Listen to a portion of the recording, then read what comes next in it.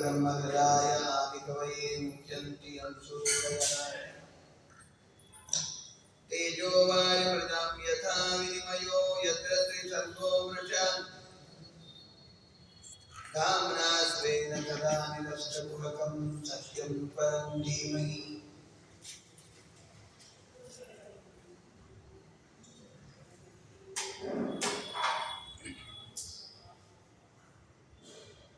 स्वस्त्यस्तु मैत्रेयो वाचा मनोस्तु चतुरूपायां तिस्रक्तन्याच्च जग्निरे आकूतिर्देवभूतिश्च प्रसूतिरिति विश्रुताः आकूतिकृतये प्रादादपि भ्रातृपति नृपः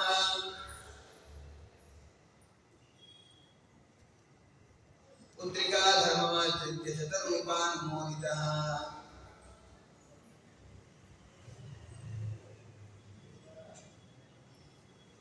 श्री गुरुभ्यो नमः। हरि ओम हरि ओम हरि ओम।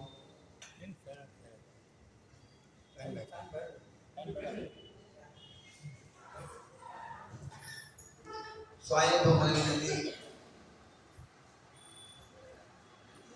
ಇಬ್ಬರು ಗಂಡು ಮಕ್ಕಳು 3 ಜನ ಹೆಣ್ಣು ಮಕ್ಕಳು ಅಂತ ಹೇಳಿ ಆಕೂತಿ ದೇವಭೂತಿ ಪ್ರಸೂತಿ ಅಂತ ಹೇಳಿ ಅದರೊಳಗೆ ದೇವಭೂತಿಯ ಚರಿತ್ರೆಯನ್ನ ಹಿಂದೆ ಹೇಳಿ ಆಗಿದೆ.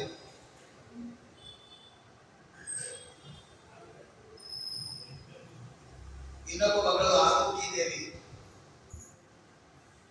ಅವಳನ್ನ ಋಷಿ ಪ್ರಜಾಪತಿಗಳಿಗೆ ಕೊಟ್ಟು ಮದುವೆಯನ್ನು ಮಾಡಿದ್ದಾರೆ.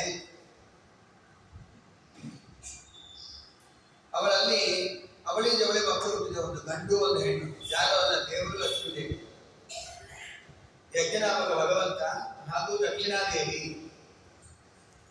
ಸ್ವಯಂಭೂಮನು ತನ್ನ ಮಗಳನ್ನ ದತ್ತಕ್ಕೆ ತೆಗೆದುಕೊಡ್ತಾನೆ, ಯಜ್ಞನಾಮಕ ಭಗವಂತನನ್ನ.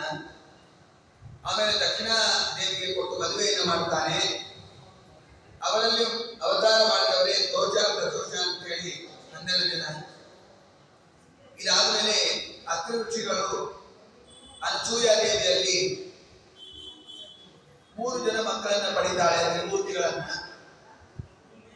ದೇವರು ಚತುರ್ಮುಖ ಬ್ರಹ್ಮದೇವರು ಹಾಗೂ ರುದ್ರದೇವರನ್ನ. ಆತ್ಮೇಶ ಬ್ರಹ್ಮ ಸಂಭವ. ಅದು ಹೇಗೆ ಅಂತ ಪ್ರಶ್ನೆ ಮಾಡಿದಾಗ ವಿದುರರು ಬ್ರಹ್ಮಣ ಚೋದಿತ ದುಷ್ಟೋ ವಾಕ್ಯ ಬ್ರಹ್ಮ ವಿದಾಂಬರಃ ತಾವಜ್ಞಾಯೋ ರುಚ್ಯಂ ಕುಲಾಂತ್ರಿಂ ತಪಸಿದ್ಧಿತಃ. ಬ್ರಹ್ಮದೇವರು ಅತ್ರಿಋಷಿಗಳಿಗೆ ಆಜ್ಞೆಯನ್ನು ಮಾಡ್ತಾರೆ, ಪ್ರಜೆಗಳನ್ನು ಸೃಷ್ಟಿ ಮಾಡ್ರಿ. ನಾವು ಮಕ್ಕಳು ಹುಟ್ಟಬೇಕು ಅಂದ್ರೇನೆ ತಪಸ್ಸು ಮಾಡ್ತೇವೆ, ಏನೇನೋ 108 ಹರಿಕೆಗಳನ್ನು ಹೊತ್ಕೊಳ್ತೇವೆ, ಸೇವೆಗಳನ್ನೆಲ್ಲ ಮಾಡ್ತೇವೆ, 100 ದೇವಸ್ಥಾನಗಳಿಗೆ ಓಡಾಡ್ತೇವೆ. ಇನ್ನ ದೇವರು ಬ್ರಹ್ಮದೇವರು ರುದ್ರದೇವರೇ 3 ಜನ ಮಕ್ಕಳಾಗಿ ಅವತಾರ ಮಾಡಬೇಕು ಅಂದ್ರೆ ಎಷ್ಟು ತಪಸ್ಸು ಮಾಡಬೇಕಾದ್ರೆ. ಅತ್ರಿ ಋಷಿಗಳು ವೃಕ್ಷ ಅಂತ ಒಂದು ಪರ್ವತ, ಅಲ್ಲಿ ಹೋಗಿ ತಪಸ್ಸನ್ನು ಮಾಡ್ತಾ ಇದ್ದಾರೆ. ಪ್ರಾಣಾಯಾಮೇನ ಸಂಯಮ್ಯ ಮನೋವರ್ಜನದ ಮುನಿ ಅತಿಕ್ತದೇಕಪಾಲೇನ ನಿರ್ದ್ವಂದ್ವೋ ಅನಿಲ ಭೋಜನಃ. ಒಂದೇ ಕಾಲ ಮೇಲೆ ನಿಂತು ತಪಸ್ಸನ್ನು ಮಾಡ್ತಾ ಇದ್ದಾರೆ. ಒಂದು 100 ವರ್ಷ ದೇವರು ಪ್ರತ್ಯಕ್ಷ ಆಗಿದ್ದಾರೆ. ದೇವರು ಬ್ರಹ್ಮದೇವರು ರುದ್ರದೇವರು ಸ್ತೋತ್ರವನ್ನು ಮಾಡ್ತಾರೆ. ಅತ್ರಿ ಋಷಿಗಳು ವಿಶ್ವೋದ್ಭವಸ್ತಿ ವಿಲಯೇತು ವಿಪದ್ಯಮಾನೈಃ ಮಾಯಾ ತುರೈರನುಗುಣಂ ಪ್ರಗೃಹೀತದೇಹಾಃ. ಹೇ ಬ್ರಹ್ಮ ವಿಷ್ಣು ಗಿರಿಜಾಃ ಪ್ರಣತೋಸ್ಮ್ಯಹಂ ವಮಾನ್ ಯದ್ಯಕ್ಕಯೇವ ಭವತಾಂ ಶ್ರೀಧಿರೋ ಬಭೂತಾಃ. ಏಕೋ ಮಯೇನ ಭಗವಾನ್ ವಿಬುಧ ಪ್ರಧಾನಃ ಚಿತ್ತೀಕೃತಂ ಪ್ರಜನನಾಯ ಕಥಂ ನು ಯೂಯಂ. ಅತ್ರಾಗತಾಸ್ತನುಭೃತಾಂ ಮನಸೋ ವಿದೂರಾಃ ಬ್ರೂತ ಪ್ರತೀತತ ಮಹಾನಿಹ ವಿಸ್ಮಯೋ ಮೇ. ದೇವರನ್ನು ಸ್ತೋತ್ರ ಮಾಡ್ತಾರೆ. ಜಗತ್ತಿನ ಸೃಷ್ಟಿ ಸ್ಥಿತಿ ಲಯ ನಿಯಮನಕ್ಕೆ, ಸೃಷ್ಟಿ ಸ್ಥಿತಿ ಲಯ ಈ 3 ಮಾಡತಕ್ಕಂತಹ 3 ಜನ ತ್ರಿಮೂರ್ತಿಗಳು ಬಂದು ಬಿಟ್ಟಿದ್ದೀರಿ, ಎಷ್ಟು ಪುಣ್ಯ, ಎಷ್ಟು ಸೌಭಾಗ್ಯ ನಂದು ಅಂತೇಳಿ ನಮಸ್ಕಾರವನ್ನು ಮಾಡಿದ್ದಾರೆ. ಆದರೆ ಅತ್ರ ಋಷಿಗಳು ಒಂದು ಪ್ರಶ್ನೆಯನ್ನು ಮಾಡ್ತಾರೆ. ನಾನು ಕರೆದಿದ್ದು ಒಬ್ಬರನ್ನೇ, ನೀವಿಬ್ಬರು ಯಾಕೆ ಬಂದಿರಿ? ಚತುರ್ಮುಖ ಬ್ರಹ್ಮದೇವರು, ರುದ್ರದೇವರು.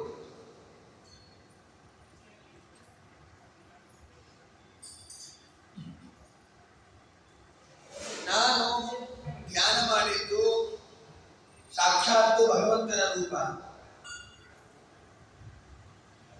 ಬ್ರಹ್ಮದೇವರ ಅಂತರ್ಯಾಮಿಯಾದ ಬ್ರಹ್ಮ ಶಬ್ದವಾಚ್ಯವಾದ ಭಗವಂತನ ರೂಪ, ರುದ್ರದೇವರ ಅಂತರ್ಯಾಮಿಯಾದ ರುದ್ರ ಶಬ್ದವಾಚ್ಯವಾದ ಭಗವಂತನ ರೂಪ. ಆದರೆ ಮೂರು ನಾನು ಧ್ಯಾನ ಮಾಡಿದ ದೇವರ ರೂಪಗಳಲ್ಲಿ ನೀವಿಬ್ಬರು ಯಾಕೆ ಬಂದೀರಿ ಅಂದರೆ, ಅದಕ್ಕೆ ದೇವರಂದ ಯದ್ವೈದ್ಯಾಯಚಿದೇವಯಂ, ನೀ ಯಾವ 3 ಜನರನ್ನು ಧ್ಯಾನ ಮಾಡಿದ್ದೆ ಆ 3 ಜನರು ನಾವು ಒಂದೇ, ನಾನು ಬ್ರಹ್ಮದೇವರು ರುದ್ರದೇವರು ಒಂದೇ ಅಂತ ಮೋಹವನ್ನು ಉಂಟು ಮಾಡತಕ್ಕಂತ ಮಾತನ್ನು ದೇವರು ಆಡ್ತಾನೆ.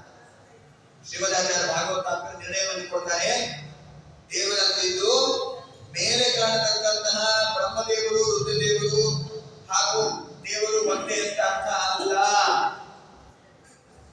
ತತ್ವ ವಿಶ್ವವೇಕ್ಷಯ ದೇವಯಂ ಇತಿ, ದೇವರು ಹೇಳಿದ್ರು ನಾವು 3 ಜನ ಒಂದೇ ಅಂತಂದ್ರೆ, ನಾನು ಬ್ರಹ್ಮದೇವರ ಒಳಗಿರುವ ನನ್ನ ರೂಪ, ರುದ್ರದೇವರ ಒಳಗಿರುವ ನನ್ನ ರೂಪ ಅಂತರ್ಯಾಮಿ ರೂಪ, ಆ 3 ಒಂದೇ ಅಂತ ಹೇಳಿದ್ದೇನೆ ಅಷ್ಟೇ ಹೊರತು ಕಣ್ಣಿಗೆ ಕಾಣ್ತಕ್ಕಂಥ ನಾನು, ನನ್ನ ಮಗ ಬ್ರಹ್ಮದೇವರು, ನನ್ನ ಮೊಮ್ಮಗ ರುದ್ರದೇವರು 3 ಜನ ಒಂದೇ ಅಂತ ಅರ್ಥ ಅಲ್ಲ.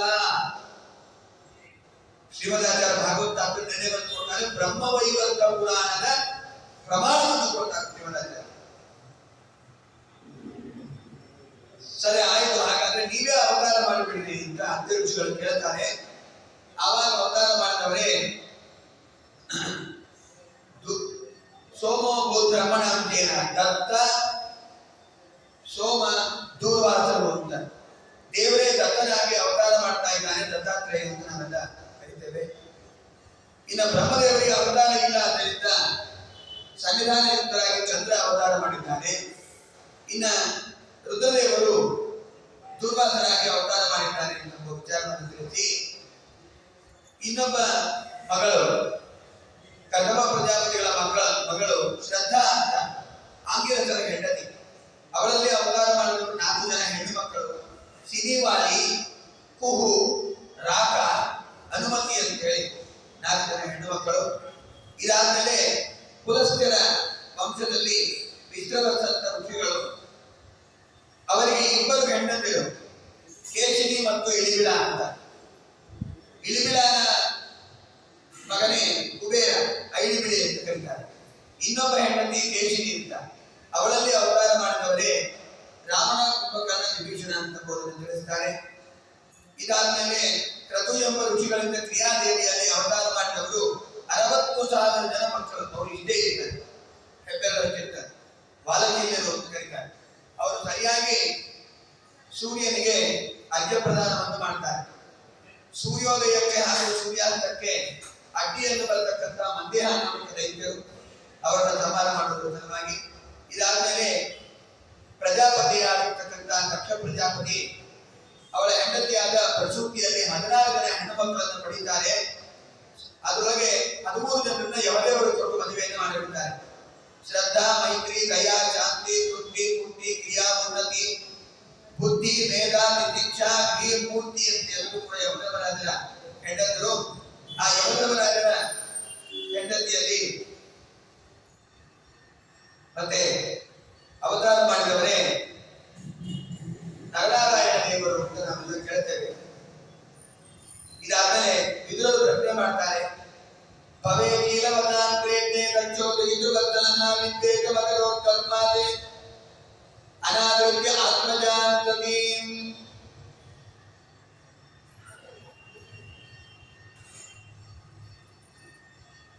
ಕಷ್ಟಂ ಚರಾಚರಗಳು ನಿರ್ವೈರಂ ಶಾಂತ ವಿಕ್ರಮಂ ಆತ್ಮಾರಾಮಂ ಕಥಂ ಕೈಟಿ ಜಗತೋ ದೈವತಂ ಮಾತೆ. ಅವ್ರು ಕೇಳಿದ್ರು ವಿದುರರು, ದಕ್ಷ ಪ್ರಜಾಪತಿ ಯಾಕೆ ರುದ್ರದೇವರ ದ್ವೇಷವನ್ನು ಮಾಡಿದ? ಚರಾಚರ ಗುರುಗಳು, ನಿರ್ವೈರರು, ಶಾಂತ ವಿಗ್ರಹರು,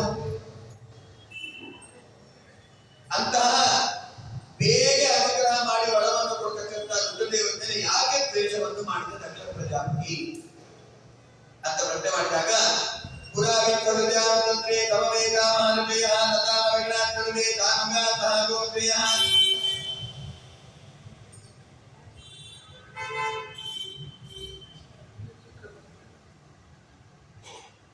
ಹಿಂದೆ ದೇವತೆಗಳ ದೊಡ್ಡ ಸಭೆ ನಡೆದಿತ್ತು. ಬ್ರಹ್ಮದೇವರು ಕೂತಿದ್ರು, ಎಲ್ಲ ಋಷಿಗಳ ಮುನಿಗಳು ಕೂತಿದ್ರು, ಎಲ್ಲ ದೇವತೆಗಳು ಬಂದಿದ್ರು. ರುದ್ರದೇವರು ಕೂತಿದ್ದಾರೆ, ಬ್ರಹ್ಮದೇವರು ಕೂತಿದ್ದಾರೆ, ದೇವರು ಕೂತಿದ್ದಾನೆ. ಆವಾಗ ದಕ್ಷ ಪ್ರಜಾಪತಿ ಸಭೆಯೊಳಗೆ ಬಂದ ತಕ್ಷಣ ಎಲ್ಲರೂ ಎದ್ದು ನಿಂತು ನಮಸ್ಕಾರ ಮಾಡಿದ್ರು. ರುದ್ರದೇವರು ಮಾಡಲಿಲ್ಲ. ಕೋಪ ಬಂತು ನೋಡ್ರಿ ದಕ್ಷ ಪ್ರಜಾಪತಿಗೆ. ಶ್ರೀಯತಾಂ ಬ್ರಹ್ಮರ್ಷಯೋ ಮೇ ಸಹಕಾರ್ಯಃ ಸಾಧೂನಾಂ ಬ್ರುವತೋ ವೃತ್ತಂ ನಾಟ್ಯಾನಾಂ ನ ಚ ವತ್ಸರಾತೆ. ಎಲ್ಲರೂ ನನ್ನ ಮಾತು ಕೇಳ್ರಿ, ನಾನೇನು ಕೋಪದಿಂದ ಹೇಳ್ತಾ ಇಲ್ಲ, ಮಾತ್ಸರದಿಂದ ಹೇಳ್ತಾ ಇಲ್ಲ. ಈ ರುದ್ರದೇವರು ಲೋಕಪಾಲಕರು ಅಂತ ಎಲ್ಲರೂ ಹೇಳ್ತೀವಿ ನೀವೆಲ್ಲ. ಇಂಥ ರುದ್ರದೇವರು ಮಾವ ಬಂದ್ರೆ ಎದ್ದು ನಿಂತು ನಮಸ್ಕಾರ ಮಾಡ್ಬೇಕಪ್ಪ ಜ್ಞಾನ ಇಲ್ಲ ಇವರಿಗೆ. ಅಗ್ನಿ ಸಾಕ್ಷಿಯಾಗಿ ನನ್ನ ಮಗಳನ್ನು ಕೊಟ್ಟು ಮದುವೆ ಮಾಡ್ತೀವಿ ರುದ್ರದೇವರಿಗೆ. ಎದ್ದು ನಿಂತು ನಮಸ್ಕಾರ ಮಾಡ್ಬೇಕಪ್ಪ ಜ್ಞಾನ ಇಲ್ಲ. ಗೃಹೀತ್ವಾಮ ಯಥಾವಾಜ್ಞಃ ಪಾಣಿಮಕ್ಕಟಲೋಚನಃ. ಏನೋ ನನ್ನ ಮಗಳು ಬಹಳ ಸುಂದರಿ ಪಾರ್ವತಿ ಉಮಾ, ಅವಳು ಜಿಂಕೆ ಕಣ್ಣು, ರುದ್ರದೇವರಿಗೆ ಕೋತಿ ಕಣ್ಣು ಬೈದು ಬೇಡ. ಎದ್ದು ನಿಂತು ನಮಸ್ಕಾರ ಮಾಡೋದು ಬೇಡ. ವಾಚಾರ್ಯ ಬಿಟ್ಟನೋದಿತು ಬನ್ನಿ ಮಾಮ ನಮಸ್ಕಾರ ಅಂತ ಬಾಯಿದನ ಅನ್ನೋದಾಗಿದ್ದಾನೆ. ಲುಪ್ತ ಕ್ರಿಯಾಯಾದಯೇ ಮುನನೆ ಮಣಿ ಮಾನಿನೇ ಭಿನ್ನತೇತವೇ. ಯಾವಾಗಲೂ ಪ್ರೇತಗಳ ಜೊತೆ ಸಂಚಾರ, ಭೂತಗಳ ಜೊತೆ ಸಂಚಾರ, ಅವ್ರ ಜೊತೆನೆ ವಾಸ. ಯಾವಾಗಲೂ ತಲೆಯೆಲ್ಲ ಜಡೆ ಬಿಟ್ಕೊಂಡು ಓಡಾಡ್ತಾ ಇದ್ದಾರೆ, ಮೈ ತುಂಬಾ ಬುದಿ ಹೊಡ್ಕೊಂಡಿರ್ತಾರೆ, ರುಂಡವಾದ ಹಾಕೊಂಡಿರ್ತಾರಪ್ಪ. ಪ್ರೇತಾಂತಿ ಕ್ರಾಂತಿ ಭೂಷಣ. ಯಾವಾಗಲೂ ಮೈ ತುಂಬಾ ಹಾವನ್ನು ಹಾಕೊಂಡಿರ್ತಾರೆ, ಸರ್ಪಭೂಷಣ. ಹೆಸರಿಗೆ ಶಿವ ಅಂತ, ಆದ್ರೆ ಅಶಿವ ಇವರು.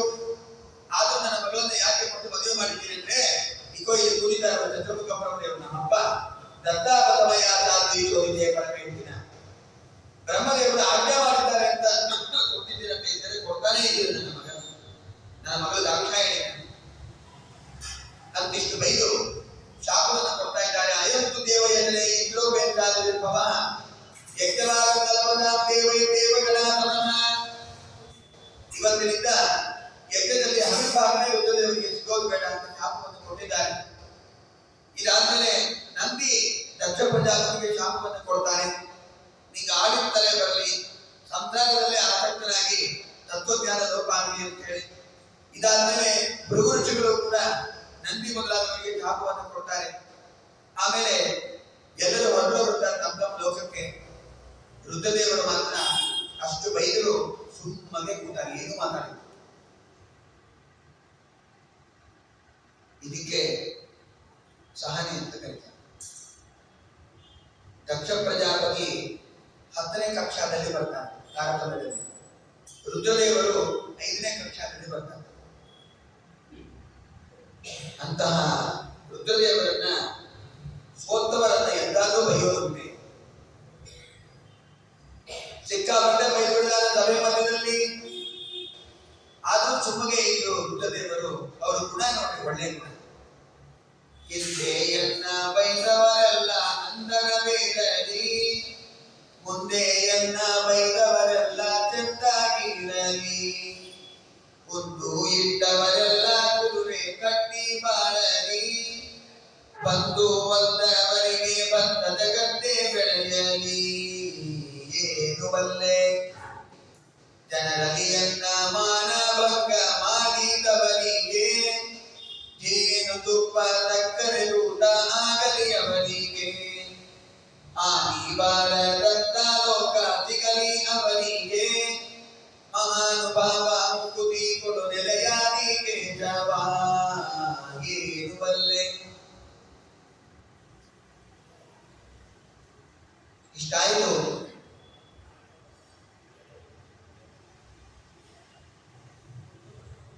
ಒಂದು ದಿವಸ ದಕ್ಷ ಪ್ರಜಾಪತಿಯನ್ನ ಚತುರ್ಮುಖ ಬ್ರಹ್ಮದೇವರು ಪ್ರಜಾಪತಿಗಳಿಗೆ ಹೆಡ್ಡನ್ನಾಗಿ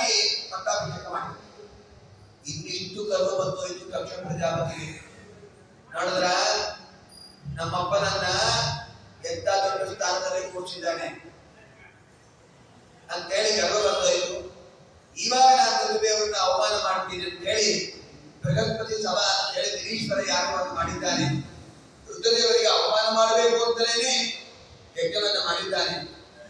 ಆವಾಗ ಪಾರ್ವತಿ ದೇವಿ ಬಂದು ಕೇಳ್ತಾರೆ. ಎಲ್ಲರೂ ಹೋಗ್ತಾ ಇರ್ತಾರೆ ದಕ್ಷ ಪ್ರಜಾಪತಿ ಮಾಡುವ ಯಜ್ಞಕ್ಕೆ. ಪಾರ್ವತಿ ದೇವಿಯು ಬಂದು ಕೈಲಾಸ ಪರ್ವತದಲ್ಲಿ ರುದ್ರದೇವರು ಧ್ಯಾನ ಮಾಡ್ತಾ ಕೂತಿದ್ರು. ದಾಕ್ಷಾಯಣಿ ಬರ್ತಾಳೆ. ಉಮಾ, ಸ್ವಾಮಿ ಏನ್ ದೇವಿ ನಗರದಿಂದ ಮಾತಾಡ್ತಾರೆ. ಒಂದು ಚೂರು ಕೋಪ ಇಲ್ಲ. ಅದೇ ಬೇರೆಯವರು ಯಾರನ್ನ ಆಗಿದ್ರೆ ಅಳಿಯಂದ್ರು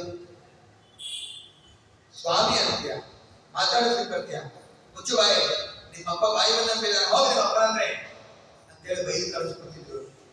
ಪಾರ್ವತಿ ಮೇಲೆ ಅದೆಷ್ಟು ಪ್ರೀತಿನೋ ರುದ್ರದೇವರಿಗೆ ಒಂದು ಮಾತು ಬೈದಿಲ್ಲ. ಏನ್ ದೇವಿ ಅವರಪ್ಪ ಬೈದಿದ್ದು ಹೇಳಿಲ್ಲ, ಕೇಳಿದ್ರೆ ಹೇಳ.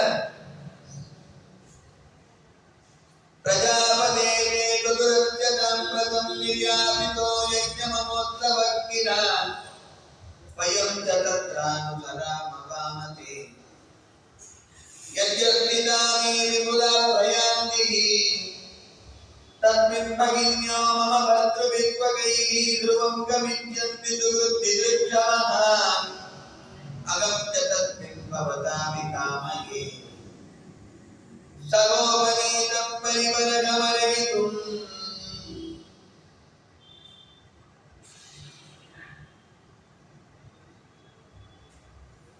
ಪಾರ್ವತಿ ಅಂತಾಳೆ ದಾಕ್ಷಾಯಣಿ, ಸ್ವಾಮಿ ನಮ್ಮ ತಂದೆ ಯಜ್ಞ ಮಾಡ್ತಾ ಇದ್ದಾರೆ, ಇಬ್ರು ಹೋಗೋಣ ಬಾ, ಹೋಗಿ ಬರೋಣ, ಯಜ್ಞ ನೋಡಿಕೊಂಡು ಬರೋಣ.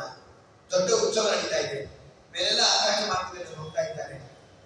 ನಾನು ಹೋಗಿದ್ರೆ ಬೇಜಾರಾಗತ್ತೆ. ಅಕ್ಕ ತಂಗಿಯರು ಬಂದಿರ್ತಾರೆ, ಉಡುಗೊರೆ ಕೊಡಬೇಕು, ತಗೋಬೇಕು, ಹೋಗಿ ಬರೋಣ. ರುದ್ರದೇವರದ್ದು ಬೇಡ, ನಿಮ್ಮಪ್ಪ ನಮ್ಮನ್ನ ಕರೆದಿಲ್ಲ ಯಜ್ಞಕ್ಕೆ, ಕರೀದೆ ಎಂದು ಹೋಗ್ಬಾರ್ದು ಉತ್ಸವಕ್ಕೆ, ಆದ್ರಿಂದ ಬೇಡ. ಅದಕ್ಕೆ ಪಾರ್ವತಿ ಅಂತಾಳೆ, ಕರೀದೆ ಹೋದ್ರು ಕೆಲವರು ಮನೆಗೆ ಹೋಗ್ಬೇಕು ಅಂತ ನಿಯಮ ಇದೆ. ಅನಾಹುತ ಅಭಿಯಾಂತಿ ಚೌರುಜಾತ ಪತ್ತು ಗುರೋ ದೇಹ ತಶ್ಚಕೇತನಂ.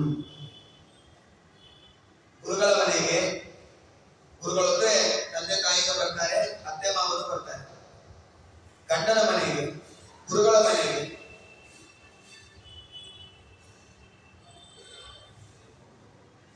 ಹಾಗೂ ಮಾವನ ಮನೆಗೆ ಕರೀದೆ ಹೋದ್ರು ಹೋಗ್ಬೇಕು ಅಂತಿದೆ, ಉತ್ಸವ ಮಾಡ್ತಾ ಇದೆ. ಆದ್ದರಿಂದ ಹೋಗೋಣ, ಸರಿಯಾಗಿ ಹೇಳಿದ್ದೇವೆ. ಆದರೆ ತ್ವಯೋದಿತಂ ಚೋಭನಮೇವ ಚೋಭನೆ ಅನಾಹುತಾನಪ್ಯಭಿಯಾಂತಿ ಬಂಧುಷು ತೇಯಜ್ಜನುರ್ಪಾನಿ ಸರೋಜ ದೃಷ್ಟಯೋ ಬಲೀಯತಾನಾತ್ಮಮನೇನ ಮನ್ಯುನಾ. ಒಂದು ವೇಳೆ ಅವರಿಗೆ ನಮ್ಮ ಮೇಲೆ ದೋಷ ದೃಷ್ಟಿ ಇಲ್ಲದೆ ಹೋದ್ರೆ ಹೋಗ್ಬೋದಾಗಿತ್ತು. ಆದ್ರೆ ನಿಮ್ಮಪ್ಪ ಬಾಯಿ ಬಂದು ಬೈದಾನಂತ,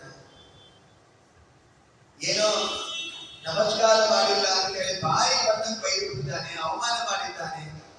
ನನ್ನ ಕೋತಿ ಕಣ್ಣಂತೆ, ಜಿಂಕೆ ಕಣ್ಣಂತೆ, ಪ್ರೇತಗಳ ಜೊತೆ ವಾಸ ಮಾಡ್ಕೊಂಡಿರ್ತೀನಂತೆ, ಭೂತಗಳ ಜೊತೆ ಸಂಚಾರ ಮಾಡ್ತೀನಂತೆ, ಸ್ಮಶಾನದಲ್ಲಿ ಯಾವಾಗಲೂ ಇರ್ತೀನಂತೆ, ನಾನು ಅಮಂಗಳಕರ ಅಂತೆ, ನನಗೆ ಯಜ್ಞದಲ್ಲಿ ಅವಿರ್ಭಾಗನೇ ಸಿಗೋದು ಬೇಡ, ಶಾಪಗಳನ್ನೆಲ್ಲ ಕೊಟ್ಟಾನೆ, ಬಾಯಿ ಬಂದಂಗೆ ಬೈದಾನೆ ನಿಮ್ಮಪ್ಪ.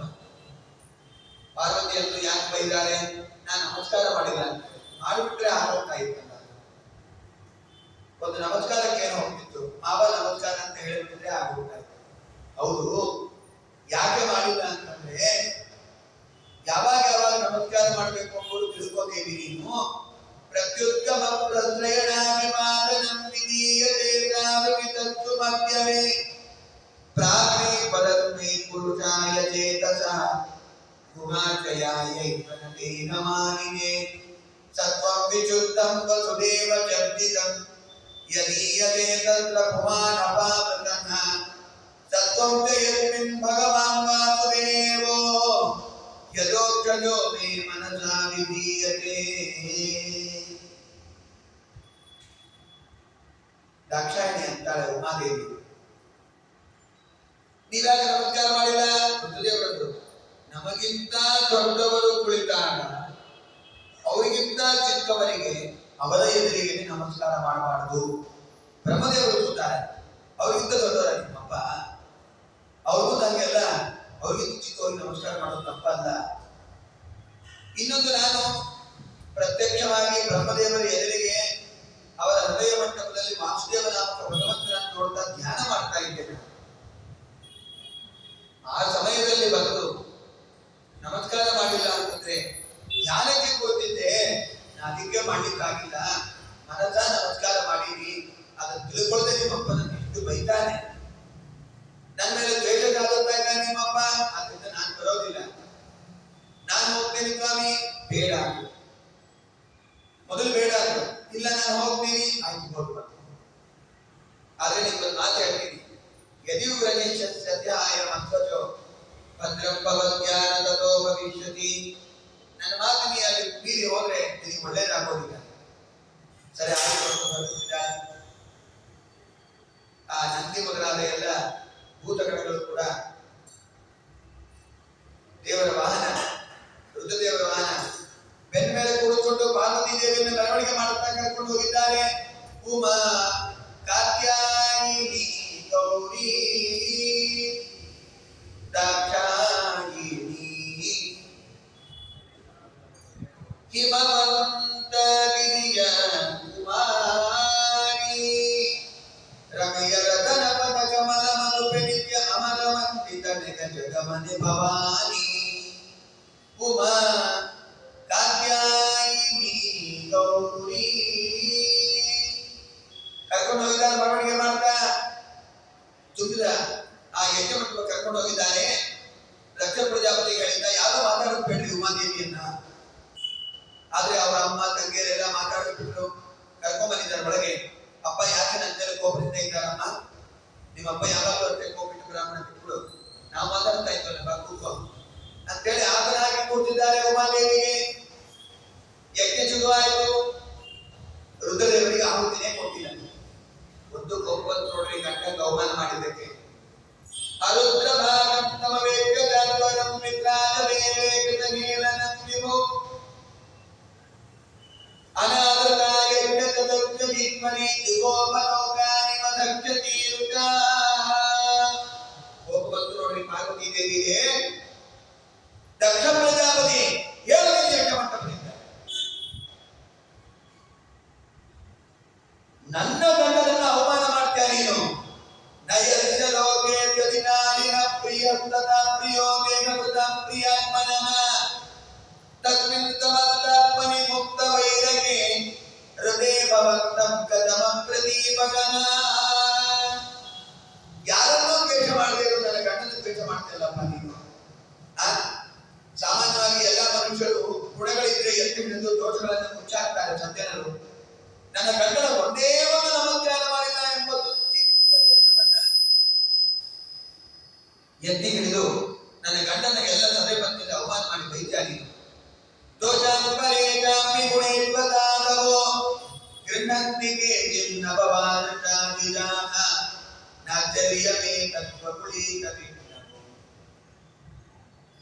ನಾಚರ್ಯವೇ ತದ್ಯದತ್ತು ಸರ್ವದಾ. ಇದೆಲ್ಲ ಅಸತ್ಯಗಳಲ್ಲಿ ಏನು ಆಶ್ಚರ್ಯ ಏನಲ್ಲ. ದೊಡ್ಡವರು ನಿಂದ ಮಾಡೋದು, ನೀನು ಅಸತ್ಯನ ಬೈತಾಳೆ ದಾಕ್ಷಾಯಿನಿ ಅಪ್ಪನನ್ನ.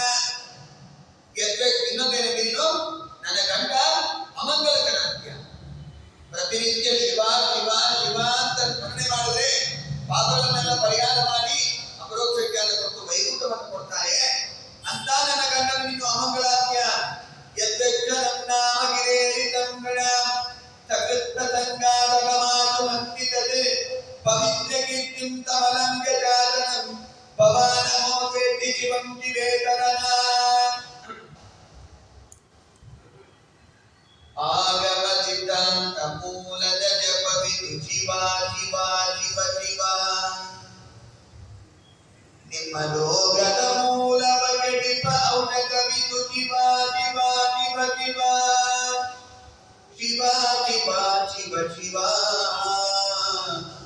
ಶಿವ ಶಿವ ಶಿವ ಶಿವ ಓಂ ಜಗವೆಲ್ಲ ಶಿವ ಶಿವ ಶಿವ ಎನ್ನಿರೋ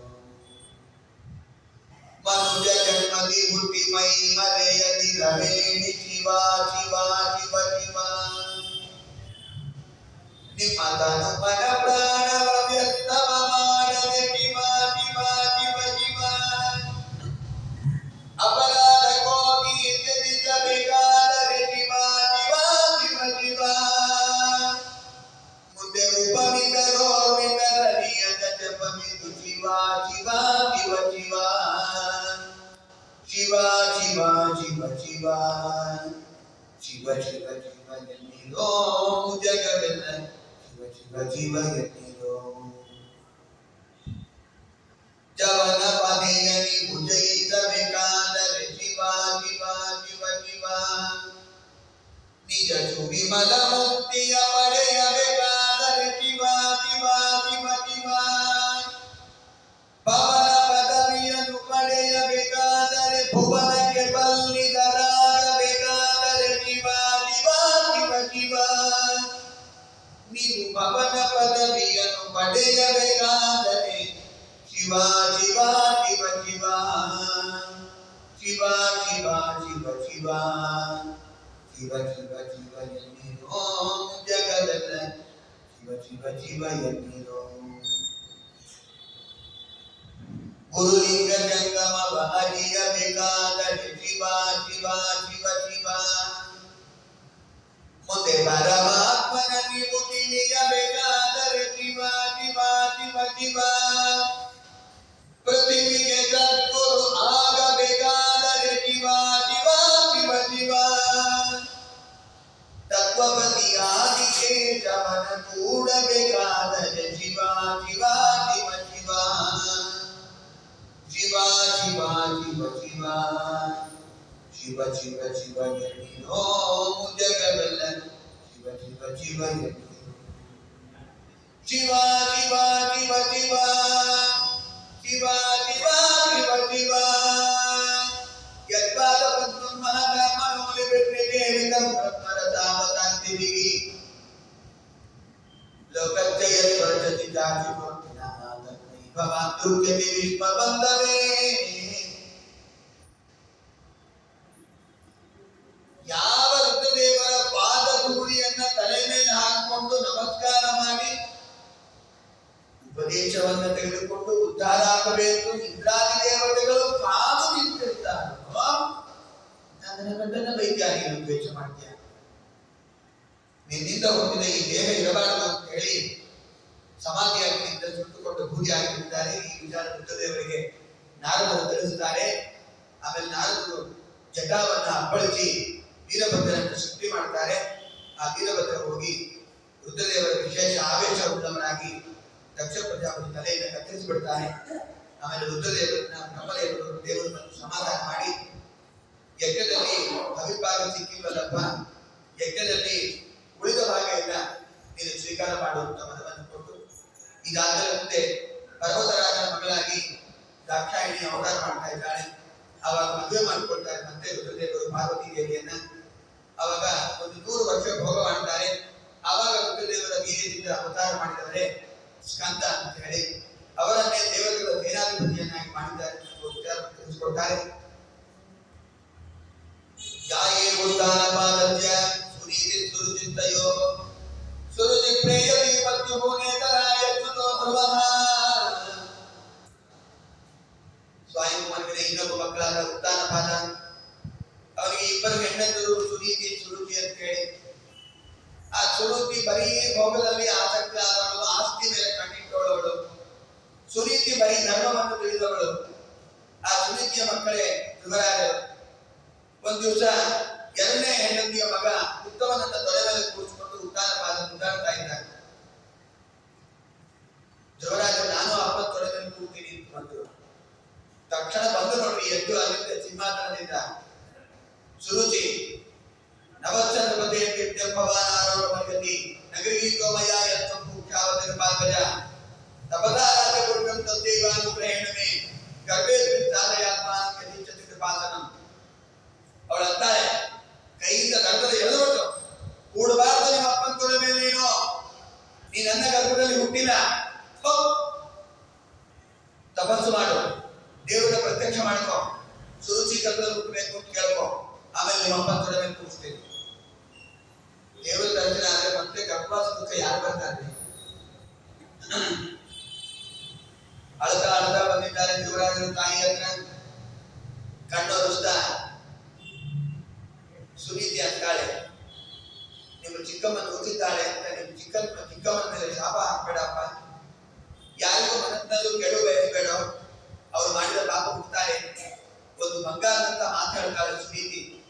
ಮಾಮಂಗಳಂತ ತಪರೇತು ಮಮತಾನ ಭೂತೆ ಜನೋ ಯತ್ಪರ ದುಃಖದಂತತೆ ಸತ್ಯಂ ಚುರುಜ್ಯಾಮಿಹಿತಂ ಭವಾನ್ನಿ ಯದ್ದುರ್ಭಗಾಯ ಉದರೇ ವಿಹಿತಃ.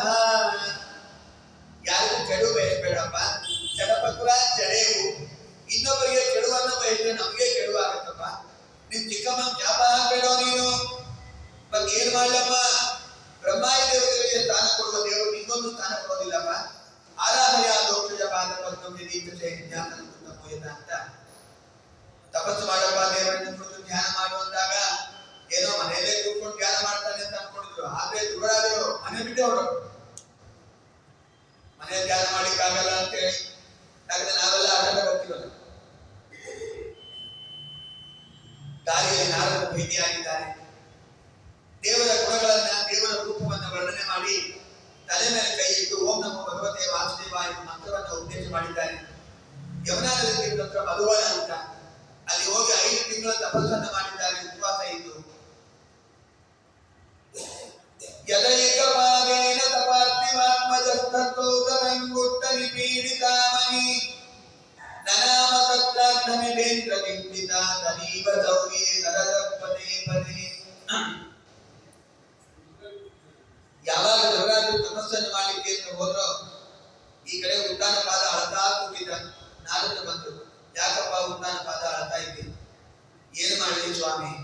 ಸುತೋಮೆ ಬಾಲಕೋ ಬ್ರಹ್ಮನ್ ತ್ರೈಣೇನ ಅಕೌರ್ಣಾತ್ಮನ ನಿರ್ವಾಸಿತ ಪಂಚವರ್ಗ ಮಾತ್ರ ಕವಿ. ನನ್ನ ಮಗ ಮುದ್ದಾದ ಕೂಸು ಧ್ರುವರಾಜನು ನನ್ನ ತೊಡೆ ಮೇಲೆ ಕೊಂಡು ಬಂದಾಗ ಹೆಂಡತಿಯ ಮೋಹದಲ್ಲಿ ಬಿದ್ದು ಅವಳು ಬೈತಾ ಇದ್ರು, ನೂಕ್ತಾ ಇದ್ರು, ನೋಡ್ತಾ ನಿಂತು ಬಿಟ್ಟೆ ನಾನು. ಆ ಕೂಸು ಮನೆಗೆ ಕೊಂಡೋಗ್ಬಿಟ್ಟಿದೆ. ಯಾವ ಸಿಂಹದ ಬಾಯಿಯನ್ನು ಬಿಡತ್ತೋ, ಯಾವ ಹುಲಿ ತಿಂದು ಬಿಡತ್ತೋ, ನನ್ನ ಮಗ ತೊಂದರೆ ಗತಿ ಏನು? ನಾರದರಂತಾರೆ, ಮಾಮ ಅಷ್ಟ ತೊಂದರೆ ದೇವಗುಪ್ತ ವಿಜ್ಞಾಪತೆ ತತ್ ಪ್ರಭಾವ ವಿಜ್ಞಾಯ ಪ್ರಾರಂಭಕ್ಕೆ ಎತ್ತಿಸೋ ಜಗತ್ತು. ನಿನ್ನ ಮಗನ ಮಹಿಮಾ ಗೊತ್ತಿಲ್ಲ ನಿನಗೆ? ಮಹಾ ಭಗವತ್ ಭಕ್ತಪ್ಪ ನಿನ್ನ ಮಗ, ದೇವರ ದರ್ಶನ ಮಾಡ್ಕೊಂಡು ಬರ್ತಾನೋ. ನಿನ್ನ ಮಗನ ದೇವರೇ ರಕ್ಷಣೆ ಮಾಡ್ತಾನೆ, ಚಿಂತೆ ಮಾಡಬೇಡ. ಎಲ್ಲಾರ ಮಕ್ಕಳನ್ನ ರಕ್ಷಣೆ ಮಾಡೋದು ದೇವರೇ.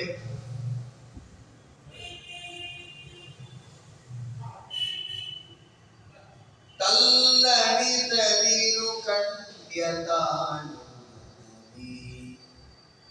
ಎಲ್ಲರನ್ನು ಸಲಹುವನು, ಇದಕ್ಕೆ ಸಂಶಯವಿಲ್ಲ. ತಲ್ಲಣಿತ ನೀರು ಕಂಡ್ಯತಾನು ಬೆಟ್ಟದ ತುದಿಯಲ್ಲಿ ಹುಟ್ಟಿರುವ ವೃಕ್ಷಕ್ಕೆ ಕಟ್ಟೆಯನ್ನು ಕಟ್ಟಿ ನೆರೆದವನು ಯಾರೋ? ಹುಟ್ಟಿಸಿದ ದೇವತಾ ಹೊಣೆಗಾರನಾಗಿರಲು ಗಟ್ಟಿಯಾಗಿ ತಲಹುವನು, ಇದಕ್ಕೆ ಸಂಶಯವಿಲ್ಲ. ತಲ್ಲಣಿತದಿರು ಕಂಡ್ಯತಾಳು ಕಲ್ಲಿನೋಳು ಹುಟ್ಟಿದ ಹೂವಾಗ ಬೇಗನಿಗೆ ಅಲ್ಲಲ್ಲಿ ಆಹಾರ ಇದ್ದವರು ಯಾರೋ? ಬಲ್ಲಿದನು ಕಾಗಿನೆಲೆ ಆದಿಗೆ ಜವರಾಯ ಎಲ್ಲರೂ ತಲಹುವನು, ಇದಕ್ಕೆ ಸಂಶಯವಿಲ್ಲ. ತಲ್ಲಣಿತದಿರು ಕಂಡ್ಯತಾಳು.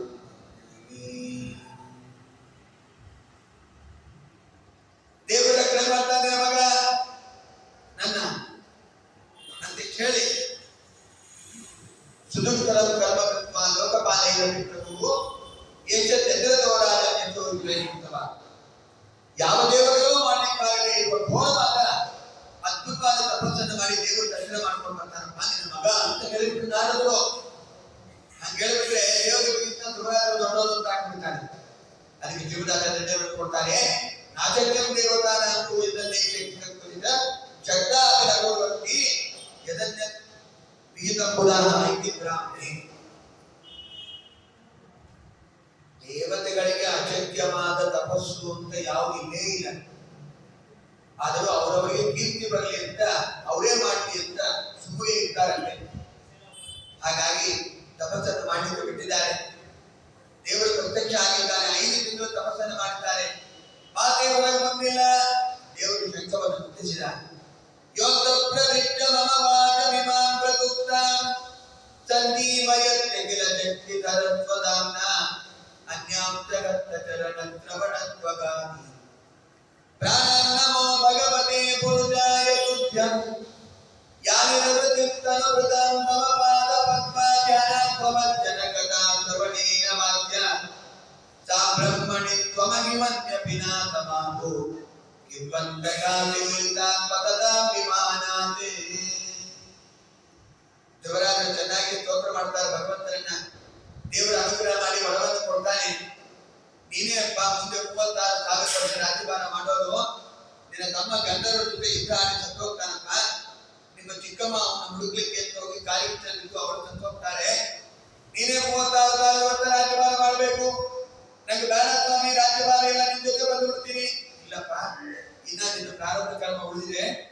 ಎಲ್ಲರಿಗೂ ಉಪದೇಶ ಮಾಡಬೇಕು. ನೀನು 36,000 ವರ್ಷ ರಾಜ್ಯಭಾರ ಮಾಡಿ ಆಮೇಲೆ ಬದರಿ ಕ್ಷೇತ್ರಕ್ಕೆ ಬಂದು 5,000 ವರ್ಷ ತಪಸ್ಸು ಮಾಡಿ ನಿಮಗೆ ಧ್ರುವಕ್ಷಿತಿ ಸ್ಥಾನವನ್ನು ಕೊಡ್ತಾ ಇದ್ದೇನೆ. ಧ್ರುವಲೋಕವನ್ನ ಅಲ್ಲಿ ಸೂಕ್ಷ್ಮ ರೂಪದಿಂದ ನಾನು ಇರ್ತೀನಿ. ಅಲ್ಲಿ ಬಂದು ದೇವರ ಬರವನ್ನು ಕೊಟ್ಟು ಅಂತರ್ಧಾನ ಆಗಿ ನಾನೇನೋ ಕೇಳಬೇಕು ಅನ್ಕೊಂಡಿದ್ದೇನೆ. ದೇವರು ಮತ್ತೆ ಸಂಸಾರಕ್ಕೆ ಹಾಕಿಬಿಟ್ಟ ನನ್ನ. ಸರಿ ಆಯ್ತು, ದೇವರ ಆಜ್ಞೆ ಅಂತ ಹೇಳಿ ಧ್ರುವರಾಜರ ಮದುವೆಯನ್ನು ಮಾಡಿಕೊಂಡಿದ್ದಾರೆ. ಬಹಳ ಮೆರವಣಿಗೆಯಿಂದ ಕರ್ಕೊಂಡು ಬಂದು ಉದ್ದಾನ ಪಾದ ಪಟ್ಟಾಭಿಷೇಕ ಮಾಡಿದ ಧ್ರುವರಾಜರಿಗೆ ಸಪ್ತದ್ವೀಪಗಳು, ಸಪ್ತ ಸಮುದ್ರಗಳು, ಒಬ್ಬರೇ ರಾಜ. ಧ್ರುವರಾಜರ ಹೆಂಡತಿ ಹೆಸರು ಭ್ರಮಿ ಅಂತ ಮೊದಲನೇ ಹೆಂಡತಿ. ಎರಡನೇ ಹೆಂಡತಿ ಇಲ್ಲ ಅಂತ ಹೇಳಿ. ಆ ಭ್ರಮಿ ಎಂಬ ಹೆಂಡತಿಯಲ್ಲಿ ಹುಟ್ಟಿದವರು 2 ಗಂಡು ಮಕ್ಕಳು, ಕಲ್ಪ, ವತ್ಸರ ಅಂತ. ಈ ಕಲ್ಪ ಎಂಬ ಮಗನೇ ಕಲ್ಪಕ್ಕೆ ಅಭಿಮಾನಿ ದೇವತಾ, ವತ್ಸರ ಎಂಬ ಮಗನೇ ಸಂವತ್ಸರಕ್ಕೆ ಅಭಿಮಾನಿ ದೇವತಾ ಅಂತ ಹೇಳಿ ಇನ್ನೊಬ್ಬ ಹೆಂಡತಿ ಇಳ ಇದ್ದಾಳಲ್ಲ, ಆ ಇಳ ಎಂಬ ಹೆಂಡತಿಯಲ್ಲಿ ಹುಟ್ಟಿದವರು ಉತ್ಕಲ ಎಂಬ ಮಗ ಅಂತ ವಿಚಾರವನ್ನು ತಿಳಿದಿದ್ದಾರೆ. ಮುಂದೆ ಇದೇ ಧ್ರುವರಾಜರ ವಂಶದಲ್ಲಿ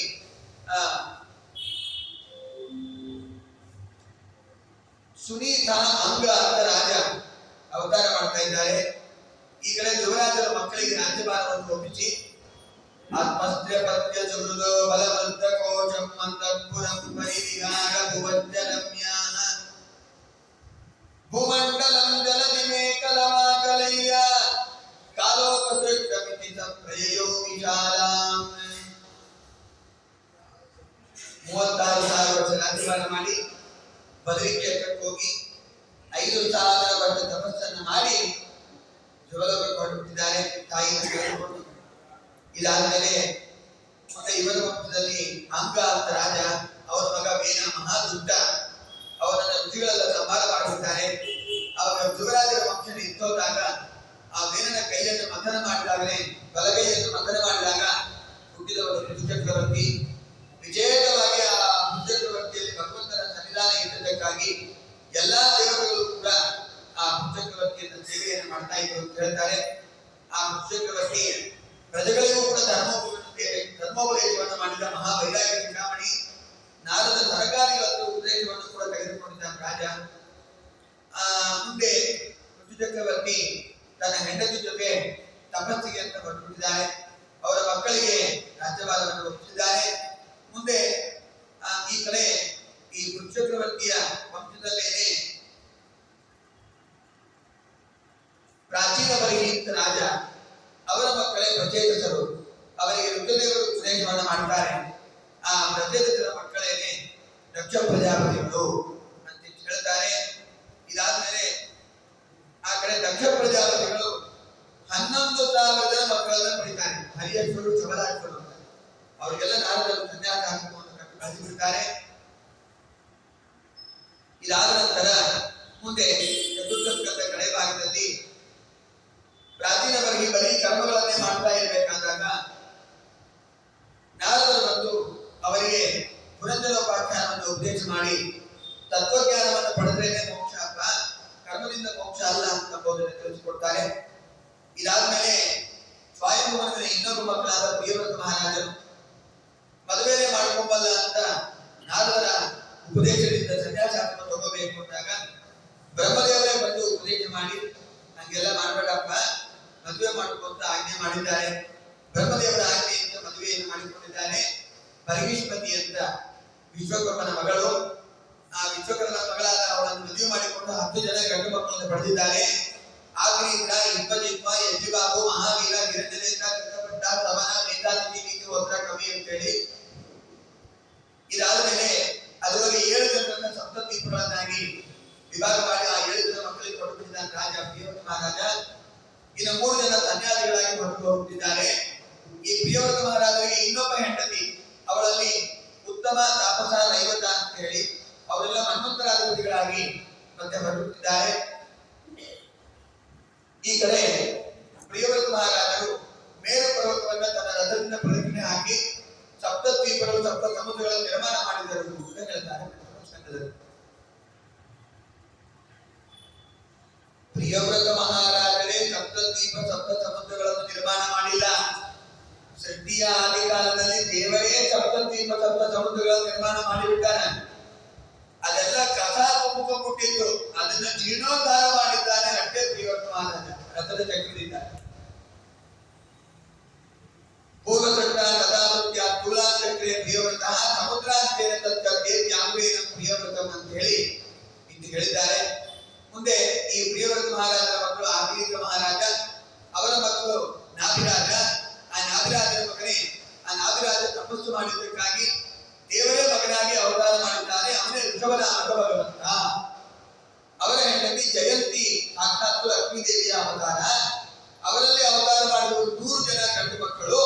ಮೊದಲನೇ ಮಗನೇ ಭರತ ಚಕ್ರವರ್ತಿ, ದೇವರ ಮಗ. ಅವನು ರಾಜ್ಯಭಾರ ಮಾಡಿದ್ದಕ್ಕೆ ನಮ್ಮ ದೇಶಕ್ಕೆ ಭಾರತ ಅಂತ ಹೆಸರು ಬಂದಿದ್ದು. ಋಷಭನಾಮಕ ಅದನ್ನ ಪಂಚಮ ಸ್ಕಂದದಲ್ಲಿ ಹೇಳ್ತಾರೆ. ಯೇಷಾಂ ಕೌತಃ ಮಹಾಯೋಗಿ ಭರತಃ ಚೇತಃ ಶ್ರೇಷ್ಠಗುಣಃ ಏನೇದಂ ವರದಂ ಭಾರತಮಿತಿ ಜಪತಿ ಸಂತಿ. ಯಾವ ಋಷಭನಾಮಕ ಭಗವಂತನ ಮಗನಾದ ಭರತ ಚಕ್ರವರ್ತಿ ರಾಜ್ಯಭಾರ ಮಾಡಿದ್ದಕ್ಕಾಗಿ ಚೆನ್ನಾಗಿ ನಮ್ಮ ಈ ದೇಶಕ್ಕೆ ಭಾರತ ಅಂತ ಹೆಸರು ಬಂದಿದ್ದು. ಅದಕ್ಕಿಂತ ಮೊದಲು ನಮ್ಮ ದೇಶಕ್ಕೆ ಏನ್ ಹೆಸರಿತ್ತು ಅಂದ್ರೆ ಅಂಜನಾಭ ಅಂತ ಹೆಸರಿತ್ತು. ಇದಾದ್ಮೇಲೆ ಆ ಭರತ ಚಕ್ರವರ್ತಿಗಳು ಮಕ್ಕಳಿಗೆ ರಾಜ್ಯಭಾರವನ್ನು ಒಪ್ಪಿಸಿದ್ದಾರೆ. ಅವರ ಹೆಂಡತಿ ಪಂಚಗಣಿ ಅಂತ ಹೇಳಿ ಭರತ ಚಕ್ರವರ್ತಿ ಹೆಂಡತಿ, 5 ಜನ ಗಂಡು ಮಕ್ಕಳು, ಸುಮತಿ, ರಾಷ್ಟ್ರವೃದ್ಧ, ಆವರಣ, ಧೂಮ್ರಕೇತು ಅಂತೇಳಿ ಒಂದು 5 ಜನ ಗಂಡು ಮಕ್ಕಳು. ಅವರು ಕುಲಾಂತರಕ್ಕೆ ತಪಸ್ಸಿಗೆ ಬಂದಿದ್ದಾರೆ. ಇದಾದ ಮೇಲೆ ಅವರಲ್ಲಿ ಯಾವುದೋ ಒಂದು ಜಿಂಕೆಯನ್ನ ಮುದ್ದಾಡ್ತಾ ಅದನ್ನೇ ಸಾಕ್ತಾ ತಪಸ್ಸಿಗೆ ಅಂತ ಬಂದವರು ಜಿಂಕೆ ನೋಡ್ತಾ ಕೂತು ಅಭಿಮಾನದಿಂದ. ಅದಕ್ಕೆ ಮೊದಲ ಜಿಂಕೆ ಹಾಕಿಬಿಟ್ಟು ನೋಡ್ರಿ, ಯಾವ್ದು ಇಟ್ಕೊಂಡ್ರೆ ಅದಾಗ್ಬಿಡ್ತೀವಿ, ಎಚ್ಚರಿಕೆ ಇರ್ಬೇಕು ನಾವು. ಅದಕ್ಕೆ ಮನೆಗೆ ಏನ್ ಇಟ್ಕೋಬೇಕು ವಿಚಾರ ಮಾಡಿ. ಅಂದಮೇಲೆ ಸಾಕ್ಷಾತ್ತು ದೇವರ ಮಕ್ಕಳಾದ ಭರತ ಚಕ್ರವರ್ತಿಗಳೇ ಜಿಂಕೆ ಆಗಿ ಓದುತ್ತಾರೆ. ಧಾರಣ ಕರ್ಮ ತಪ್ಪಿದ್ದಲ್ಲ. ಅದಾದ್ಮೇಲೆ ಮತ್ತೆ ಅವರು ಮುಂದಿನ ಜನ್ಮದಲ್ಲಿ ಆಂಗಿರ ಚಕ್ರದ ಬ್ರಾಹ್ಮಣ ಮಗನಾಗಿ ಹುಟ್ಟಿ ಚರಮದೇಹ ಅವರು ಕಡೆ ದೇಹ ಸಾಧನೆ ಮಾಡಿಕೊಂಡು ರಘುಗುಣ ಮಹಾರಾಜರಿಗೆ ಉಪದೇಶವನ್ನು ಮಾಡಿ ವೈಕುಂಠ ಪ್ರಯಾಣ ಮಾಡಿಕೊಂಡಿದ್ದಾರೆ. ಇದೇ ಪಂಚಮ ಸ್ಕಂದದಲ್ಲಿ ಮುಂದೆ ಭೂಗೋಳ ಖಗೋಳ ವರ್ಣನೆಯನ್ನು ಕೂಡ ವಿಸ್ತಾರವಾಗಿ ಮಾಡ್ತಾರೆ. ಆ ಸಪ್ತದ್ವೀಪಗಳು ಸಪ್ತ ಸಮುದ್ರಗಳು ಯಾವುದಪ್ಪ ಅಂತಂದ್ರೆ ಜಂಬೂದ್ವೀಪ, ಲಕ್ಷದ್ವೀಪ, ಶಾಲ್ಮಲಿ ದ್ವೀಪ, ಕುಶದ್ವೀಪ, ಕೌಚ ದ್ವೀಪ, ಶಾಕರ ದ್ವೀಪ, ಪುಷ್ಕರ ದ್ವೀಪ ಅಂತ ಹೇಳಿ ಒಟ್ಟು 254 ಲಕ್ಷ ಯೋಜನೆ ವಿಸ್ತೀರ್ಣವಾಗಿರತಕ್ಕಂಥ ಅದ್ಭುತವಾದ ಇಡೀ ಭೂಮಂಡಲದ ಪರಿಕಾರ ಅವೆಲ್ಲವನ್ನು ತಿಳಿಸಿಕೊಟ್ಟು ಗಂಗಾ ನದಿ ಹೇಗೆ ಬಂದು ನಮಗೆ ಎಂಬುದನ್ನ ಹೇಳ್ತಾರೆ. ಪಂಚಮಸ್ಕಂದದಲ್ಲಿ ಭಾಗೀರಥಿ ಗದ್ಯ ತತ್ರ ಭಗವತ ಸಾಕ್ಷಾದೇವಿ ಗಂಜ ವಿಘ್ನೋ ವಿಕ್ರಮತಃ ವಾಮಪಾದ ಕುಂಡಲಕನಿರ್ಭಿನ್ನೋ ಸ್ವಾಂಡಕಟಾಯುವರೇಣ ಅಂತ ಪ್ರವಿಷ್ಟಾಯ ವಾಕ್ಯದಲ್ಲಾನ ತತ್ತರ ಮಂಗಲಾಮನೇತನಾಮ ಕಿಂಚಲ್ ಗೋಪರಂಜಿತ ಅಖಿಲ ಜಗದ್ಗಮನಾಮನ ಉಪತ್ವಜನಾಮನ ಸಾಕ್ಷಾತ್ ಭಗವತ್ಪದಿ ಜನ್ಮಲಕ್ಷಿತವಚೋಭಿಃ ಅಭಿಧೀಯಮಾನಾತಿ ಮಾತಾ ಕಾಲೇನ ಯುಗದಾಸೋಪಲಕ್ಷೇನ ದಿವೋ ಮುದ್ದನ್ನವರದಾನ ಯತ್ನದ್ವಿಟ್ಟು ಮಮ ಪದಮಾಹಂ ಯತ್ರ ಹವಾಮೀರವೃತಃ ಅವತಾರಮಾರಿ ಪರಮಭಾಗವತಃ ಅತ್ಮತ್ಕುಲ ದೇವತಾ ಕರ್ಣಾರವಿಂದೋ ಲಘುಲಿದ್ಯಾಮನಮನಮುನಂತಿಮಾನ ಭಗವದ್ಭಕ್ತಿಯೋಗೇನ ದೃಢಕ್ಲಿದ್ಯಮಾನ ಅಂತರ್ಹೃದಯ ಔತ್ಕರ್ಯಾಜೀವಜಾನೀನ ಲೋಚನ ಯುಗಲ ಕುಕ್ಮಲ ವಿಕಲಿತಾಮನ ವಾಕ್ಯಗಳಯ ಅಭಿವ್ಯಜ್ಯಮಾನ ಕುಲಕುಲಕೋ ಮಧುರಾಭಿಜಗತಾಭಿವರ್ತಿ ತತ್ರ ವಿದಯಃ ತತ್ಪ್ರಭಾವಜ್ಞಾ ರುಚಿಲೋಕೆ ಇಯಂ ತಪಸಃ ಆತ್ಯಂತಿಕೇತಿರೇತಾವಕೀತಿ ಭಗವತಿ ಸರ್ವಾತ್ಮನಿಪಾತೇವೆ ಅನವರತ ಭಕ್ತಿಯೋಗೇ ಯೋಗಲಾಭೇನೈವ ಅಭೇಯೇಚಿತ ಅನ್ಯಾತ್ಮಾತ್ಮಕತಯೋ ಮುಕ್ತಿನಿವಾಗತ ಮುಖ್ಯವನ ಸಮಸ್ಮಾನನೇವ ಅಧ್ಯಾತ್ಮಜಟಾಚುತೈರುತ್ವದಂತಿ ಸೀತಾರಕನಂದಾಚಕ್ಷು ಭದ್ರಾಯಿತಿ. ನಾವೆಲ್ಲ ಎಷ್ಟು ಪುಣ್ಯವಂತರು ಗೊತ್ತಾ? ನಮಗೆ ಸಿಕ್ಕಿದ್ದು ಅಲಕನಂದ. ಹರಿದ್ವಾರ ತನಕ ಹರಿದು ಬರ್ತಾಳೆ ಅಂತ ಲಕ್ಷ್ಮೀದೇವಿ ವಿಶೇಷ ಸನ್ನಿಧಾನ ಮಾಡುವಂತಹ ಭಗವಂತನ ಸನ್ನಿಧಾನ ಇರುವ ಯೋಜೋದೋ ದೇವ ರೂಪಿ ನಿರಂಜನ ರೂಪೇಣ ಗಂಗಾಂಗೋನಾಥ್ರಿಯ ಹೇಳಿ ಆ ಗಂಗಾದೇವಿಯಲ್ಲಿ ನಾವೆಲ್ಲ ಸ್ನಾನವನ್ನು ಮಾಡ್ತೇವೆ ಪಾಪಗಳ ಪರಿಹಾರಕ್ಕಾಗಿ. ಮುಂದೆ 9 ವರ್ಷಗಳನ್ನ ಏನು ವಿಭಾಗ ಮಾಡಿದ್ದಾರೆ ಆಗ್ನೇಯ ಮಹಾರಾಜ ಅವೆಲ್ಲವನ್ನು ನಮಗೆ ತಿಳಿಸಿಕೊಡ್ತಾರೆ. ಪಂಚಮಸ್ಕಂದದಲ್ಲಿ ಮುಖ್ಯವಾಗಿ ನಮ್ಮ ದೇಶದಲ್ಲಿ ಎಷ್ಟು ಪರ್ವತಗಳಿದೆ, ಎಷ್ಟು ನದಿಗಳಿದೆ ನಮ್ಮ ದೇಶದಲ್ಲಿ. ಮಹಾನದಿಗಳು, ಪರ್ವತಗಳು, ಮಹಾಪರ್ವತಗಳು, ಮಹಾನದಿಗಳು ಅವೆಲ್ಲವನ್ನು ಕೂಡ ಉಲ್ಲೇಖ ಮಾಡ್ತಾರೆ. ಮಲಯ, ಮಂಗಳಪ್ರಸ್ಥ, ಮೈನಾಕ ಪರ್ವತ, ತ್ರಿಕೂಟ, ಋಷಭ, ಕನಕ, ಕೊಲ್ಲ, ಸಖ್ಯಾದ್ರಿ, ವೇದಗಿರಿ, ಋಷಮುಖ, ಶ್ರೀಶೈಲ, ವೆಂಕಟಾದ್ರಿ, ಮಹೇಂದ್ರ ಪರ್ವತ, ಪಾರಿದರ, ವಿಂಧ್ಯ, ಶಕ್ತಿಮಾನ್, ವೃಕ್ಷಗಿರಿ, ಪರಿಯಾತ್ರ, ದ್ರೋಣ, ಚಿತ್ರಕೂಟ, ಗೋವರ್ಧನ, ರೈವತ, ಕಕುಬ, ನೀಲ, ಗೋಕಾಂಬ, ಇಂದ್ರನೀಲ, ಕಾಮಗಿರಿ ಇಷ್ಟೆಲ್ಲ ಪರ್ವತಗಳಿದೆ ಅಂತ ಹೇಳ್ತಾರೆ. ಇನ್ನು ನದಿಗಳೇ ಎಷ್ಟಿದೆ, ಮಹಾನದಿಗಳು ನಮ್ಮ ದೇಶದಲ್ಲಿ. ನೋಡಿ, ನಾವು ಯಾವ ನದಿಗಳಿಗೆ ಹೋಗಿದ್ದೀವೋ ಬಿಟ್ಟಿದ್ದೀವೋ, ಹೋಗಿದ ನದಿ ಅಂತೂ ಇವಾಗ ಬಂದೇ ಇದೆ. ಯಾವ್ದಕ್ಕೆ ಹೋಗಿಲ್ಲೋ ನಾ ಹೆಸರು ಹೇಳ್ತೀವಿ, ಸ್ನಾನ ಮಾಡ್ತಾ ಇದ್ದೀವಿ ಅಂತ ಅನುಸಂಧಾನ ಮಾಡ್ಕೊಂಡ್ಬಿಡ್ರಿ. ಇಲ್ಲಿದೆ ಸಾಯಂಕಾಲ ಸ್ನಾನ. ಚಂದ್ರಪಟ, ತಾಮ್ರಪರ್ಣಿ, ಅವಧೋಧ, ನಿರ್ಗಮಾಲ, ವೈಗಾಯತಿ, ಕಾವೇರಿ, ವೇಣಿ, ಪಯೋಧ, ಚಕ್ರಾವರ್ತ, ತುಂಗಭದ್ರಾ, ಕೃಷ್ಣ, ಭೀಮರತಿ, ಗೋದಾವರಿ, ನಿರ್ವಿಂಧ್ಯ, ಪಾರ್ವತಿ, ತಾಪಿ, ರೇವಾ, ಸರದಾ, ನರ್ಮದಾ, ಚರ್ಮಣ್ವತಿ, ಅಂದಾ, ಚೋಣ 2 ಗಂಡರಗಳು, ವೇದಸ್ಪತಿ, ಋತುಕುಲ್ಯ, ತ್ರಿಧಾಮ, ಕೌಶಿಕಿ, ಮಂದಾಕಿನಿ, ಯಮುನಾ, ಸರಸ್ವತಿ, ವಿಷದ್ವತಿ, ಗೋಮತಿ, ಸರಯೂ, ಲೋಕವತಿ, ಸಪ್ತವತಿ, ಕೋಣ, ಕುಶೋಮ, ಶತಮಾಲ, ಚಂದ್ರಭಾಗ, ಕುತಂತ್ರಿ, ಮರುಶ್ರುತಿ, ವಿದಂತ, ಸಿಕ್ರಿ, ವಿಶ್ವ. ಇದೆಲ್ಲ ಮಹಾನದಿಗಳು. ನಮಸ್ಕಾರ ಮಾಡಬೇಕು, ಸ್ನಾನ ಮಾಡಿ ಹಾಕೋಬಹುದು. ಇದೆಲ್ಲ ನದಿಗಳನ್ನು ಸ್ಮರಣೆ ಮಾಡುತ್ತಾರೆ ಅಂತ ಹೇಳಿ ಮುಂದೆ ಪಂಚಮಸ್ಕಂದದಲ್ಲಿ ಸೂರ್ಯನ ರಥದ ಚಕ್ರದಿಂದಲೇನೆ ಎಲ್ಲ ಸಂವತ್ಸರದ ಎಲ್ಲ ನಿಯಮಗಳು ನಡೆದು ಹೋಗ್ತದೆ ಎಂತೆಲ್ಲ ವಿಚಾರವನ್ನು ತಿಳಿಸಿ 28 ನರಕಗಳನ್ನು ಕೂಡ ವರ್ಣನೆ ಮಾಡ್ತಾರೆ. ಭೂಮಿಯ ದಕ್ಷಿಣ ಭಾಗದ ಕೆಳಗಿದೆ ನರಕ ಅಂತ ಹೇಳಿ. ತಾಮಿತ್ರ, ಅಂಧತಾಮಿತ್ರ, ರೌರವ, ಮಹಾರೌರವ, ತುಂಬಿಪಾಕ, ಕಾಲಸೂತ್ರ, ಅಧಿಪತ್ರವನ, ಸೂಕರಮುಖ, ಕ್ರಿಮಿಭೋಜನ, ಸಂತಕ, ಸಪ್ತಸೂರ್ವಿ, ವಜ್ರಕಟಕ, ಚಾಮಲಿ, ವೈತರಣಿ, ಭೂಯೋಧ, ಪ್ರಾಣಬೋಧ, ವಿಶುಧನ, ಲಾಲಾಭಟ್ಟ, ತಾರಮೇಯಾದನ, ವೀತಿರಯ, ವೇದಪಾನ, ಖಾತಕರ್ತಮ, ರಕ್ಷೋಪರ ಭೋಜನ, ಶೂಲಪ್ರೋಧ, ನಂದಶೋಕ, ಅಮೃತವಿನೋದ, ಪರ್ಯಾವರ್ತನ, ಶುಚಿಮುಖ ಅಂತ ಹೇಳಿ 28 ನರಕಗಳು. ಪಾಪಕರ್ಮಗಳನ್ನು ಮಾಡಿದ್ರು ನಾನು ತೋಟ ಬಿಡ್ತಾರೆ, ಶಿಕ್ಷೆ ಕೊಡ್ತಾರೆ. ಇನ್ನಾರು 106 ನರಕಗಳಿದೆ ಅಂತ ತಿಳಿದುಕೊಟ್ಟಿದ್ದಾರೆ. ಆ ನರಕ ನಮಗಾಗಬಾರದು ಅಂದ್ರೆ ಏನು ಮಾಡಬೇಕು ಅಂತ ಪರೀಕ್ಷಿತರಾದರೆ ಕೇಳ್ತಾರೆ. ಉತ್ತರ ನಾಳೆ ಹೇಳ್ತಾರೆ ಶ್ರೀಕೃಷ್ಣ.